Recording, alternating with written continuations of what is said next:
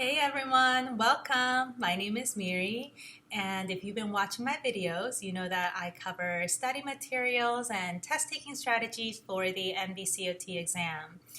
And I started making these videos about a month ago without any expectations, but with just hope that I would be able to reach out to the OT community and help other students who may be feeling just as stressed or overwhelmed or anxious as I did. And I know that that process for me was excruciating. And so I had this goal, this mission, and a promise that I made to myself that if I passed, I would give back to the OT community somehow.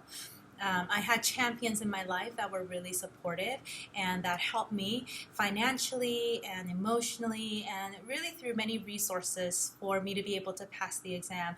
And though I don't know the answers to everything, and although I'm not a teacher by any means, I wanted to give back somehow, and this has been a meaningful and rewarding journey so far. So if you guys have been following me and rooting me on, thank you so much. It motivates me to continue to make these videos at the end of a very long day.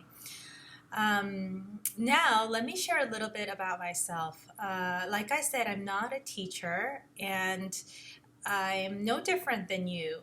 I felt just as anxious and stressed, and I was an utter mess while preparing for the board because the sheer volume of information that you need to know is quite overwhelming. I attempted every study strategy and resources out there, and even so, I didn't pass the first time. And the number that I will never forget in my life is 422, because that's the number that stared back at me and would haunt me for months thereafter.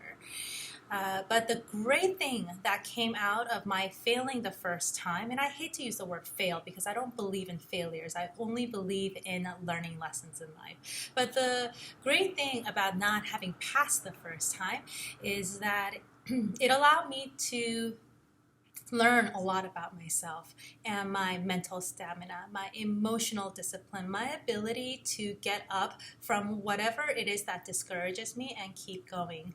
You see, I think the NBCOT exam is so much more than testing our knowledge and becoming an occupational therapist. I think it is a process that allows you to really stretch your mind, your heart, and discipline your body and your schedule in towards a goal that is important to you. And there will be setbacks and there will be days when you don't recognize questions and get 50% on your practice exam after studying 8 hours a day, realizing and feeling like you'll never pass the exam. But it is in these moments and during this process that I think you learn and grow the most. And I know that this may sound contrived, but if there's any profession that would resonate with this, and I think it's the OT profession, because we believe that the process is just as important as the outcome. And this process is one that you only get to go through once, the NBCOT board exam. And as you're going through it, instead of dreading every process, instead of hating it, and instead of beating yourself up and coming out like bruised and broken and beaten at the end of the journey, I just want to offer a different perspective and say that this can be a journey that is just as meaningful and just as important and just as you can thrive through it. You don't have to crawl through this process. You can thrive through it. And we have to do this anyway. We have to know this material anyway. And so the better prepared you are, the more you know, not only will you pass the exam, but you will be able to contribute to our profession better and in a more meaningful way. And so instead of trying to memorize everything, instead of feeling like you're never going to get through this process, instead of beating yourself up over low scores that you're getting, or instead of comparing yourself to other students that may have passed the first time, I want you to take a step back and think about this process as something more than pass or fail, and utilize this time as a way to really grow as a person personally. And that's really what I had to do for myself. Now, I want to just share a little bit more about what I did after I failed the first time. I realized when I took the exam that my approach to studying was so ineffective and inefficient. So I tried to cram 2 years worth of school content in preparation for the NBCOT exam, and that's just not possible. It's impossible to memorize and learn everything. And NBCOT exam is not testing you to see if you have had 10 years of experience.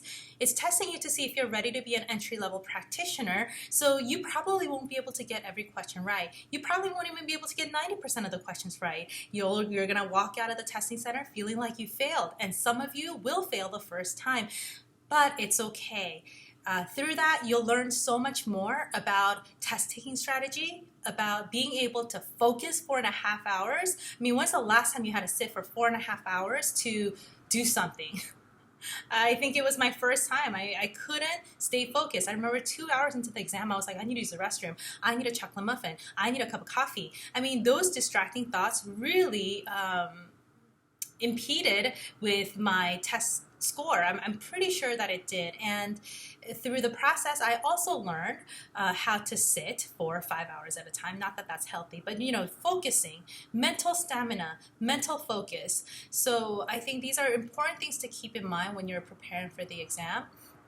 And unlike me, it's also important to get up and stretch and take breaks and to be good to yourself. I remember drinking 3 to 4 cups of coffee a day. I would have like muscle cramps from sitting in this chair too long, and I had no social life. There was no such thing as balance in my life. Don't do that. Don't neglect your friends. Don't neglect your life. You are more than this NBCOT exam. And I don't want to sound like I'm preaching. I'm just sharing my experience with hopes that you won't feel as anxious as I did. Anyway, so that's my experience. I just wanted to let you guys know that I don't have the answers to everything. I'm still learning, and I think we all continue to learn every year, but let's continue to encourage each other. Let's continue to build each other up, support one another, share resources, because that's what we do so well in our profession, and it makes me so proud and happy to be a part of it. And every time I receive a comment from you guys saying that these videos have helped, I can't tell you how happy it makes me feel. So thank you for those encouraging words. All right, that's it. I meant to do a quick video, but it got a lot longer than I anticipated. So that's it for today. See you next time. Good luck studying, take study breaks, and good luck.